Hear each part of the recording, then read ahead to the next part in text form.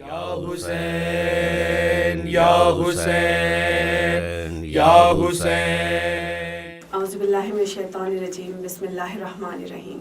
السلام علیکم ناظرین۔ کربلا یہ وہ حادثہ ہے جو جغرافیائی لحاظ سے ایک خطے میں رونما ہوا، لیکن اثر پوری دنیا میں ہوا، اور یہ وہ واقعہ ہے جس کا اثر ہمارے جسموں سے ہوتا ہوا ہماری روح میں سرایت کر جاتا ہے۔ واقعہ کربلا امام حسین کی عظیم قربانی کی یاد دلاتا ہے۔ ان کی یہ قربانی نہ صرف مسلمانوں بلکہ دنیا اسلام کے تمام لوگوں کے لیے انسانیت کا ایک عظیم پیغام رکھتی ہے، اور انسانوں کے لیے، ہر انسان کے لیے اس میں حسب حال پیغام موجود ہے۔ جی ناظرین، آج چہلوں میں امام حسین کے حوالے سے، اربعین کے حوالے سے ایک ہوم ٹی وی نے ایک خصوصی نشست کا اہتمام کیا ہے، جس میں ہم نے اپنے 2 اسکالرز کو مدعو کیا ہے جو اربعین کی اہمیت، اس کے پیغام، اس کے اہداف کے حوالے سے ہم سے گفتگو کریں گے۔ ان کو خوش آمدید کہتے ہیں۔ ہمارے جو پہلے مہمان ہیں وہ ہیں ڈاکٹر زاہد علی زاہدی صاحب، جو کہ اسلامک لرننگ سینٹر میں ایز اے پروفیسر اپنی خدمات انجام دے رہے ہیں۔ ہمارے دوسرے جو گیسٹ ہیں ہمارے وہ ہیں پروفیسر راؤ نثار احمد صاحب، جو کہ ایز اے پروفیسر بحیثیت پروفیسر IBA میں اپنی خدمات انجام دے رہے ہیں۔ ان کو خوش آمدید کہتے ہیں اور اربعین اور چہلم کے حوالے سے ان سے گفتگو کرتے ہیں۔ جی ڈاکٹر زاہد علی زاہدی صاحب، ہم جاننا چاہیں گے کہ اربعین جو کہ ایک تاریخی واقعہ ہے، ہمیں آپ تھوڑا سا بتائیے کہ اس کا آغاز کب سے ہوا، کس طرح ہوا، اس کے اہداف کیا ہیں، اس کے کیا پیغامات ہیں، تو وہ اس پہ تھوڑی سی آپ نظر ڈالیں۔ بسم اللہ الرحمن الرحیم، بہت شکریہ۔ دیکھیں، اربعین جو ہے وہ عربی میں کہتے ہیں 40ویں دن کو، اور جس کو ہم برصغیر میں کہتے ہیں چہلوں میں امام حسین علیہ السلام۔ اور اربعین کا آغاز کچھ اس طرح ہوا کہ امام حسین علیہ السلام تو 10 محرم الحرام سن 61 ہجری میں کربلا میں شہید کیے گئے، اور اس کے بعد ان کی شہادت کے بارے میں پورے عالم اسلام میں خبر پہنچی۔ تو جب یہ خبر مدینہ میں پہنچی تو مدینہ میں ایک حضور علیہ الصلوۃ والسلام کے بزرگ صحابی تھے، حضرت جابر بن عبداللہ انصاری۔ جابر بن عبداللہ انصاری کا بڑا مقام ہے، اور انصار میں سے تھے، انصار مدینہ میں سے تھے وہ، اور ابتدا میں بیعت کرنے والے میں سے بیعت عقبہ اولا میں حضور کی بیعت کرنے والے میں سے تھے۔ تو جابر بن عبداللہ انصاری کے علم میں جب یہ بات آئی تو وہ مدینے سے چلے اور کوفہ آئے، اور کوفے سے اپنے ایک ساتھی کو لیا، بعض لوگ کہتے ہیں کہ غلام کو لیا، بہرحال غلام کو لیا یا ساتھی کو لیا، عطیہ عوفی نام تھا اس شخص کا۔ اور چونکہ جابر بن عبداللہ انصاری کافی ضعیف ہو گئے تھے، ان کی بینائی تقریباً زائل ہو گئی تھی، تو ایک دوسرے شخص کو کوفے سے لے کر اور وہ کربلا آئے، اور آنے کے بعد پہلی مرتبہ امام حسین علیہ السلام کی قبر پہ انہوں نے حاضری دی۔ اچھا۔ تو جس دن جابر بن عبداللہ انصاری امام حسین کی قبر پہ آئے، وہ پہلے زائر قبر امام حسین بھی ہے نا، تو جس دن وہ آئے، اب اس کو آپ اتفاق کہیں یا ایک تاریخ کہہ لیں کہ وہ امام حسین علیہ السلام کی شہادت کا 40واں دن تھا۔ اچھا۔ یا وہ 29 صفر کی تاریخ تھی یا 20 صفر کی تاریخ تھی۔ تو وہ آئے اور انہوں نے حاضری دی، اور اس کے بعد ایک زیارت پڑھی، یعنی کچھ جملے ایسے پڑھے جس کے ذریعے انہوں نے امام حسین کو ایک خاص انداز میں سلام کیا۔ اچھا، یہ تو حضرت جابر کے بارے میں۔ حضرت جابر طویل عمر پائے، اس کے بعد کوئی 94 ایئرس کی عمر میں، اور 74 ہجری میں ان کا انتقال ہوا۔ لیکن اس کے بعد جو ائمہ اہل بیت آئے، انہوں نے اس تاریخ کو خاص اہمیت دی، اور اس تاریخ کو وہ خود کربلا میں آتے اور آنے کے بعد امام حسین کی زیارت کیا کرتے تھے۔ یعنی اگر ہم کہیں کہ جو چہلم کا آغاز ہے وہ ان کے چاہنے والوں، یعنی کہ ایک اصحاب نے اس زیارت کا اور اس چہلم کا آغاز کیا۔ ایک صحابی رسول نے ایک صحابی رسول نے اس کا آغاز کیا، ائمہ اہل بیت نے اس کو ریکگنائز کیا اور ریکمینڈ کیا کہ اس تاریخ کو لوگ آئیں اور امام حسین کی زیارت کریں، یعنی ان کی قبر کی زیارت کریں۔ اس وقت ظاہر ہے کہ جس طرح آج یہ عمارت بنی ہوئی ہے، روضہ بنا ہوا ہے، زری بنی ہوئی ہے، مینار گنبد بنی ہوئی، چیزیں تو نہیں تھی، ظاہر ہے ایک سارا مٹی کی قبر تھی۔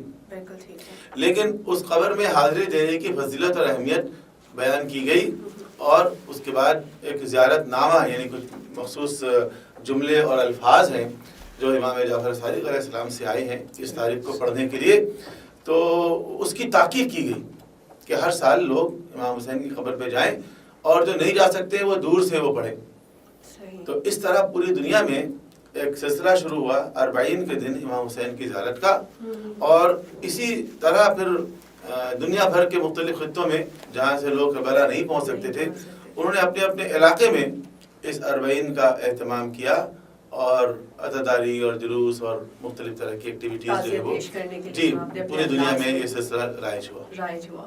بالکل ٹھیک ہے سر، یہ تو ہم نے دیکھا کہ چہلم کا افتتاح کیسے ہوا، آغاز کیسے ہوا، لیکن ساتھ ہی ساتھ اب ہم نے ایک ٹرینڈ دیکھا ہے کہ چہلم کے دن دنیا بھر سے مختلف لوگ، مختلف مذاہب سے تعلق رکھنے والے لوگ امام حسین کی زیارت کے لیے، ان کو نذرانہ عقیدت پیش کرنے کے لیے پیدل چل کر جاتے ہیں، جو کہ ہم نے دیکھا کہ نجف سے کربلا تک کا ایک کافی لمبا سفر ہوتا ہے، اس میں جو ہے وہ پیدل کا یہ ایک سفر ہے، اس کا کیا وجہ ہے اور کیا اس کے جو ہے؟ دیکھیں امام حسین کی زیارت جو ہے وہ پیدل کرنے کی ایک فضیلت ہے، ایک ثواب ہے، اور صدیوں سے لوگ کر رہے ہیں، یعنی یہ نہیں کہ ابھی شروع ہے، ابھی لوگوں کی توجہ اس طرف گئی ہے، لیکن لوگ صدیوں سے پیدل جاتے ہیں، اور نجف سے کربلا بڑے بڑے علماء، نجف چونکہ ایک حوزہ علمیہ ہے، ایک علمی مرکز ہے، ایک سینٹر آف ایکسلنس ہے، تو وہاں سے بڑے بڑے علماء پیدل چل کے کربلا جاتے ہیں۔ نجف سے کربلا 80 کلومیٹر ہے،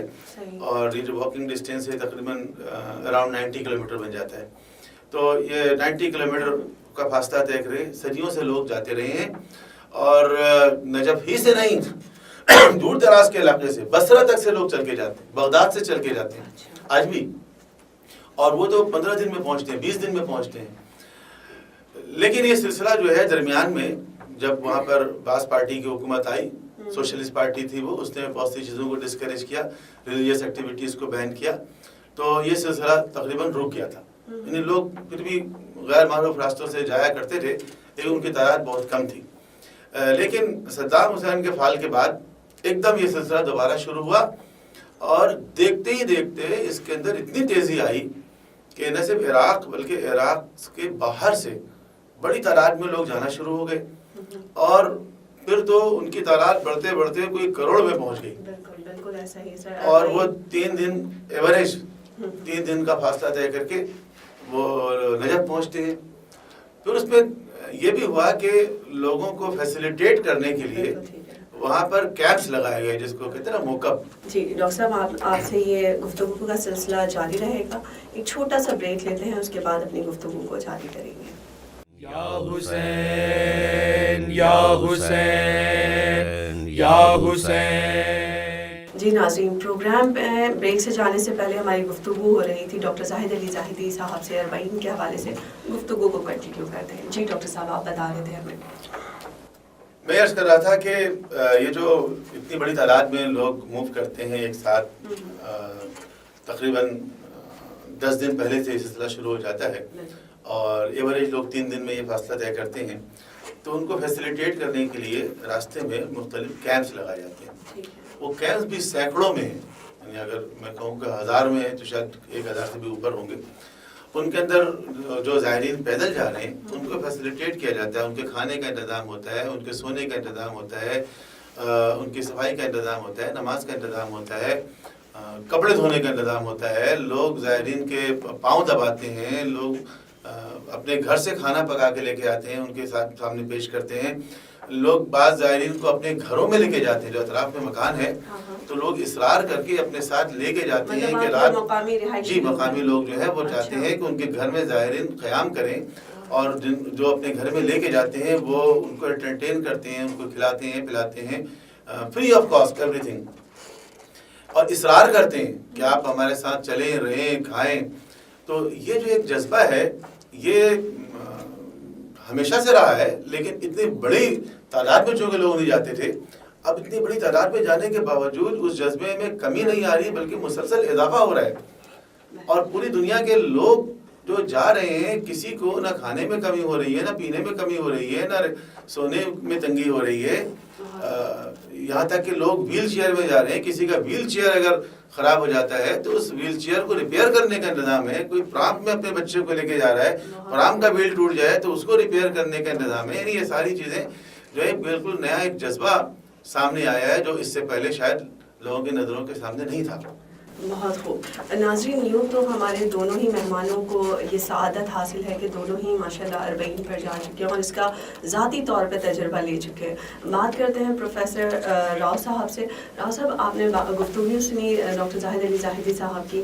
آپ اس واقعے کو, آپ اس سفر کو کیسے دیکھتے ہیں کہ اتنی بڑی تعداد کو کس طرح وہاں پر مینیج کیا جا رہا ہے, وہاں پہ کھانا پینا سونا, کس طرح ان تمام چیزوں کو مینیج کر رہے ہیں, اور وہ کون سی طاقت ہے, وہ کون سی ایسی چیز ہے, محبت ہے جو ان کو یہ سب کرنے پہ بلا معاوضہ جو ہے وہ مجبور کرتی ہے. آپ کا کیا تجربہ رہا وہاں پہ, معاشی طور پہ, معاشرتی طور پہ کیا دیکھا آپ نے وہاں پہ؟ سفر کا جہاں تک تعلق ہے, آپ نے خود ہی فرما دیا کہ کیا محبت ہے. بنیادی طور پہ سفر عشق ہے. اچھا. یہ اتنی تعداد میں لوگوں کا پہنچنا, اپنا خرچ کر کے, اور پھر جو کچھ وہاں ان کے ساتھ میزبانی ہوتی ہے, جو سلوک ہوتا ہے, وہ خود اس بات کو ریٹیفائی کرتا ہے کہ سفر عشق ہے. یعنی وہ لوگ منتیں کرتے ہیں, ہمارا کھانا کھا لیجیے. اچھا. منتیں, you can eat anything anywhere everything. آپ کو کسی چیز کی حاجت ہو. ایک چھوٹی سی مثال میں آپ کو دوں. وہاں منرل واٹر 200 ml کے پیکنگ میں ملتا ہے. ٹھیک ہے. 1 کروڑ آدمی ایک مہینے تک یا 2 کروڑ آدمی کتنا, وہ کبھی کم نہیں پڑتا. میں نے 15 دن میں ایک دن بھی مجھے یہ نہیں محسوس ہوا کہ یار پانی نہیں ہے اس وقت. اچھا. پانی ہی نہیں, کوئی اور چیز بھی کھانے کو, کوئی بھی چیز کا 1 روپیہ میں نے خوراک پہ خرچ نہیں کیا. 15 دن میں 1 روپیہ خوراک پہ خرچ نہیں کیا. اچھا. اور پھر وہی بات ہے کہ اس میں روحانیت ہے, کیونکہ واقعہ ظاہر ہے اس سے متعلق چیز کو اس طرح سے یونیک ہونا ہی تھا, کیونکہ وہ قربانی بڑی یونیک ہے. حضرت آدم علیہ السلام سے لے کے قیامت کے دن تک ایک ایسا واقعہ جس کو یعنی اقبال نے یہ کہہ دیا کہ حدیث عشق 2 باب است, کربلا و دمشق, یکے حسین رقم کر دو دیگرے زینب. تو یہ جو باب ہے, یہ جو رقم کر دیا, بس ایک ہی کر سکتا تھا, وہی کر سکتا تھا. لہذا اس سے جڑی ہوئی یا اس کے تجربات جو ہیں وہ بھی بیان میں آنا مشکل ہے. اچھا راؤ صاحب, ہمیں یہ بتائے گا, چلیں یہ تو ہم ایک جسمانی جو کہیں کہ جو ضروریات ہیں, کھانا پینا سونا, روحانی طور پہ کیا آپ نے اپنے اندر کچھ تبدیلی پائی اس پورے سفر میں؟ وہ کیا آپ کو محسوس ہوا؟ وہاں معقب میں, وہ معقب کہتے ہیں کیمپ کو, جیسے ڈاکٹر صاحب نے فرمایا. جی جی.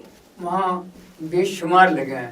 آپ کا جب چاہیں آپ تھک رہے ہیں آپ لیٹ جائیے, آپ کو کمبل, تکیا, گدا سب کچھ میسر ہے. کھانا بھی ہے, نماز کی ہر چیز کا بندوبست. میں مینجمنٹ کا چونکہ اسٹوڈنٹ ہوں, لہٰذا بہت ساری چیزیں اس نقطۂ نظر سے بھی دیکھنے کا موقع ملا. رات کو ایک آدمی آ کے, میری عمر کے مطابق یہ بھی خیال بعض دفعہ ہوتا ہے کہ یار کوئی حاجت وغیرہ ہو آدمی کو اور رش ہو وہاں, تو کبھی تکلیف نہیں ہوئی. اچھا. یعنی رات کو ایک آدمی, میں واش روم گیا, ایک آدمی نے آ کے ٹینکی کو چیک کر رہا تھا کتنا پانی ہے اس میں. جب میں واپس آیا تو ایک دوسرا چیک کر رہا تھا اس کو. یہ 2 کروڑ آدمیوں کا انتظام اور پورے 90 کلومیٹر کے راستے میں. یعنی کوئی جگہ ایسی نہیں ہے جہاں آپ یہ کہہ سکیں کہ یہاں فلاں چیز نہیں ہے مجھے, میرے لیے آرام کرنے کے لیے, مساج کرنے کے لیے. یعنی کہ دنیا کی بہترین مینجمنٹ ہمیں وہاں نظر آتی ہے کہ اتنا بڑا کراؤڈ ہونے کے باوجود بھی کوئی مس مینجمنٹ نہیں ہے. معجزہ لگتا ہے. یعنی جب ہم مینجمنٹ کے اصولوں کے مطابق دیکھتے ہیں تو اتنا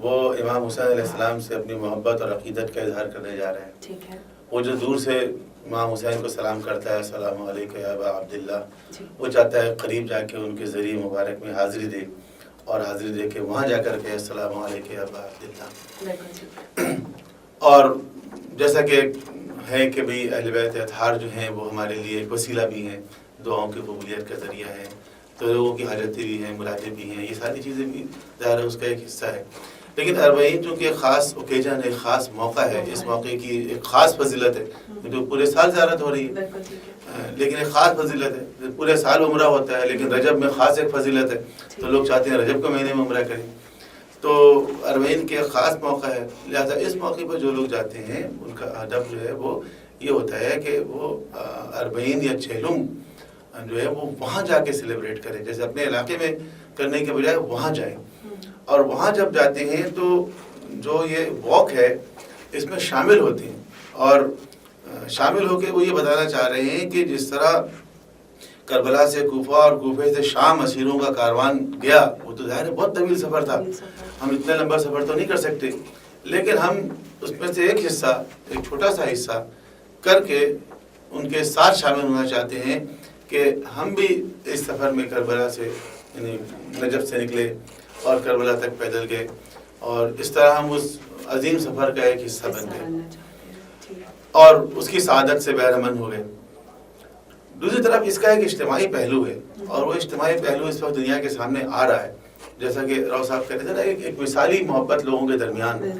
جگہ جگہ آپ کو بڑے بڑے ایسے میسیجز لکھے ہوئے نظر آئیں گے, حب الحسین یجمعنا, حسین کی محبت نے ہمیں جمع کیا. یعنی امام حسین علیہ السلام کا جو عشق ہے, جو محبت ہے, وہ آج 1500 سال بعد بھی اس امت کو ایک پلیٹ فارم پہ جمع کر سکتا ہے اور مثالی طور پہ کر سکتا ہے. یہ دنیا دیکھ سکتی ہے, کوئی ایسی بات نہیں ہے جو کوئی تاریخ کی بات ہو. اچھا ایک سر یہاں پہ ایک پہلو ہے کہ چونکہ یہ جو اجتماع ہے اتنا بڑا, اس میں مختلف مذاہب سے بھی لوگ آتے ہوں گے یقیناً. جی مختلف مذاہب سے بھی لوگ آتے ہیں, مختلف مکاتب سے بھی لوگ آتے ہیں. کیا وہاں پر سب کو ایکولی ٹریٹ کیا جاتا ہے؟ وہاں یہ کانسیپٹ ہی نہیں ہے کہ آپ کس مذہب کے ہیں, کس مسلک کے ہیں. آپ کو ایسی ویڈیوز نظر آئیں گی, اب تو کامن ہے, تصویریں ہیں کہ مثلا علماء اہل سنت خود وزٹ کرتے ہیں اور ان کے جوتے کو پالش کر رہے ہیں, ایک شیعہ عالم ان کے جوتے کو برش کر رہے ہیں, تو لوگ اصرار کرتے ہیں کہ آپ اپنے جوتا جو ہے مجھے دیں تاکہ میں اس جوتے کو پالش کروں. ظاہر ہے ان کے جوتے پالش کرنے کو سعادت سمجھتے ہیں. تو اور عیسائیوں کے بعد رہنما آتے ہیں وہاں پر, سلیب لٹکا کر آتے ہیں, اپنے ہاتھ میں سلیب لے کر آتے ہیں. تو چونکہ امام حسین علیہ السلام تو ایک سمبل ہے نا, ایک علامت ہے دنیا میں ظلم کے خلاف اٹھ کھڑے ہونے کی, اور ایک سورس آف انسپریشن ہے پوری دنیا کی مظلوم قوموں کے لیے, مظلوم انسانیت کے لیے. تو ہر مکتب فکر کا انسان وہاں جاتا ہے. ٹھیک ہے ایک غالب اکثریت تو جانے والی ایک خاص مکتب فکر سے ہے, لیکن اس کا مطلب یہ نہیں ہے کہ وہ ایک خاص مسلک یا مکتب کا اجتماع ہوتا ہے, ایسا نہیں ہے. اور کسی مسلک مکتب کا کوئی شخص چلے جائے, حرم میں جائے گا, کسی انداز میں نماز پڑھے, کوئی نہ روکنے والا, نہ ٹوکنے والا, نہ صحیح کرنے والا کہ ایسے نہیں ایسا کرو, کوئی کہنے والا ایسا نہیں ہے. ہر شخص اپنے اپنے طریقے سے اظہار عقیدت کرتا ہے, اپنے مذہب کے مطابق عبادت کرتا ہے. کسی کو کسی کمال ہے, کوئی پریشانی نہیں ہوتی, چاہے وہ کسی بھی کوئی انکمفرٹیبل فیل ہی نہیں کرتا. کمال کی بات یہ ہے کوئی انکمفرٹیبل فیل نہیں کرتا وہاں جا کر کہ کوئی اس سے یہ پوچھے کہ بھئی آپ کا مذہب کیا ہے, آپ کا مسلک کیا ہے. بلکہ اگر کوئی کسی کو یہ کہہ دے کہ میرا تعلق مثلا فلاں مذہب سے ہے جس سے کہ وہاں کی میجورٹی کا تعلق نہیں ہے, تو اور خوش ہوں گے اور گلے لگائیں گے. ایک اس طرح کا ماحول جو ہے وہ ایک مثالی ہے. اور لیکن اس سے پوری دنیا میں ایک پیغام جا رہا ہے, اور وہ پیغام یہ جا رہا ہے کہ اسلام میں یہ گنجائش ہے کہ تمام مکاتب فکر کے لوگ ایک ساتھ جمع ہو سکتے ہیں. اہل بیت کی محبت کے اندر یہ طاقت ہے کہ وہ آج بھی تمام مسلمانوں کو ایک پلیٹ فارم پہ جمع کر سکتی ہے, اور یہ بہت بڑا پیغام ہے, یہ بہت بڑا ہدف ہے. اور یہ سلسلہ اگر جاری رہا تو یہ اصل میں دنیا کی مظلوم قوموں کا اجتماع ہے. اس کو اس طرح دیکھنا چاہیے, یہ دنیا کی مظلوم قوموں کا اجتماع ہے, اور یہ مظلوم قومیں ہی انشاءاللہ ایک وہ عظیم انقلاب برپا کریں گی کہ پوری دنیا سے ایک ظالمانہ نظام کا خاتمہ ہوگا. بالکل ٹھیک. اب بات کرتے ہیں پروفیسر راؤ صاحب سے. سر ہمیں یہ بتائیے کہ جو بینگ اے مینجمنٹ ٹیچر آپ ظاہر مختلف انداز سے چیزوں کو دیکھتے ہیں, تو اب یہ بتائیے کہ جو ابھی ہماری صورتحال ہے نہ صرف پاکستان بلکہ دنیا بھر کا ہم دیکھیں تو معاشی لحاظ سے وہاں پہ کس طرح آپ چیزوں کو دیکھتے ہیں کہ اتنا بڑی تعداد کو کس طرح سے یہ تمام چیزیں پرووائڈ کی جا رہی ہیں, کیسے مینیج کیا جا رہا ہے, اور کس طرح وہاں وہ ملک جو خود ایک ڈیولپنگ کنٹری ہے وہ کس طرح سے ان چیزوں کو سپورٹ کر رہا ہے؟ بنیادی طور پہ تو یہ معاشی نہیں روحانی سفر ہے, ٹھیک ہے, اور عشق کا سفر ہے, ٹھیک ہے, لیکن اس کے معاشی پہلو بھی اگر آپ دیکھنا چاہیں تو وہاں بھی آپ کو کوئی تشنگی نہیں رہے گی, بہت کچھ سیکھا جا سکتا ہے. ٹھیک ہے, ایک مینجمنٹ کے اسٹوڈنٹ کے طور سے یا معاشیات کے طالب علم کے طور سے میں نے جو کچھ وہاں دیکھتا رہا, اگرچہ ایک عادت میں مشغول تھے لیکن یہ بہرحال وہ آدمی اپنی عادت سے تو باز نہیں آتا کہ ان پہلوؤں پہ بھی ہم نے دیکھا. مثلا آپ اگر صرف یہی دیکھیں کہ 1 سے 2 کروڑ آدمیوں کا ایئر فیئر پوری دنیا کی معاشیات کو سپورٹ کر رہا ہے, اس کا جہاز کا کرایہ آپ ذرا کیلکولیٹ کیجئے کہاں پہنچے گا, بلینز آف روپیز میں جائے گا. اور اسی طرح سے پھر جیسے میں نے عرض کیا تھا کہ صرف 1-2 کروڑ آدمیوں کو روزانہ پانی منرل واٹر پلانا, کتنے کارخانے لگے ہوئے ہوں گے, 1-2 کارخانے کے بس کی بات نہیں ہے. پھر اسی طرح سے جو کچھ وہاں پھل کھانا چیزیں سپلائی کی جا رہی ہیں وہ سب سیل, آپ سے تو کوئی پیسے نہیں مانگ رہا, کوئی نہیں لیے جا رہے, کیونکہ یہ تو حسین کے در سے خیرات مل رہی ہے, اور اس خیرات کی قیمت جو ہے وہی ہے کہ وہ انہوں نے جیسے قرآن میں ہے کہ وہ آپ سے شکریہ کے بھی تمنا نہیں کرتے.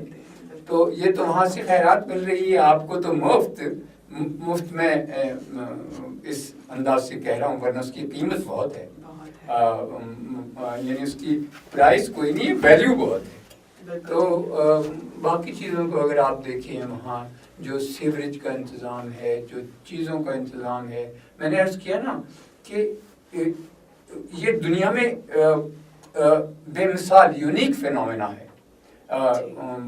اتنا بڑا اجتماع کہیں بھی ہو, جی ہاں پیس تو ہے ہی, لیکن اس کے علاوہ جو ہے وہاں کچھ محبتیں, کچھ سیکھنے کی چیزیں بھی بے شمار ہیں. ہر آدمی کی ایک ہی لگن ہوتی ہے, اور لیکن جو کام کرنے والے ان کی لگن بھی ہے تو حسین سے, لیکن وہ کہتے ہیں جیسے میں نے عرض کیا کہ لوگ منت کرتے ہیں مجھ سے مساج کرا لو, پاؤں دھو کے, اور ایک مساج کرنے والے پاؤں چوم لیا, وہ بندہ تڑپ گیا جس کا پاؤں چوم لیا تھا, نے کہا میں نے ظاہر حسین کا پاؤں چوما ہے. تو اس طرح سے جیسے ابھی ڈاکٹر صاحب نے فرمایا کہ جوتے پالش کرتے ہیں, وہ جوتے وہ کہہ رہے ہیں ہم تو حسین کی خدمت کر رہے ہیں, ہم حسین کی جوتے پالش کر رہے ہیں. یعنی اگر ہم یہ کہیں کہ دنیا کی بہترین مینجمنٹ, بہترین ایک سورس آف انکم, اور جو ان کے وہاں کے لیے معاشرت کے حوالے سے, معاشرت کے لحاظ سے, ہر لحاظ سے ایک بہترین اجتماع ہے. جی ہاں, چونکہ پروگرام ہمارے پاس اتنا ہی وقت تھا, ورنہ شاید ہم اربعین پہ جتنی بات کریں, سفر عشق پہ جتنی بات کریں کم ہے. ایک چھوٹا سا پیغام ہم چاہیں گے, آپ لوگ 30 سیکنڈز کا اس اربعین کے حوالے سے ڈاکٹر صاحب سے ریکویسٹ ہے کہ وہ چھوٹا سا پیغام اگر ہم دے سکیں. دیکھیں کربلا تو ہمیشہ سے ایک سورس آف انسپریشن رہی ہے, لہذا ہر دور کی جو مظلوم قومیں ہیں وہ کربلا سے انسپریشن لیتی ہیں.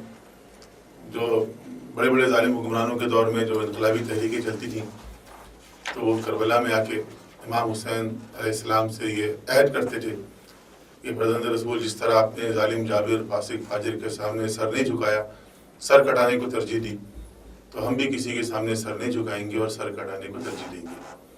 تو یہی اصل میں پیغام ہے امام حسین کا, اور یہی اربعین کا پیغام ہے. جب ہم امام حسین علیہ السلام سے اظہار عقیدت کرتے ہیں تو اپنے سامنے یہی پیغام رکھیں کہ ہمیں کربلا سے یہ میسج دینا ہے. راؤ صاحب سے درخواست کریں گے اگر آپ چھوٹا سا پیغام ہمیں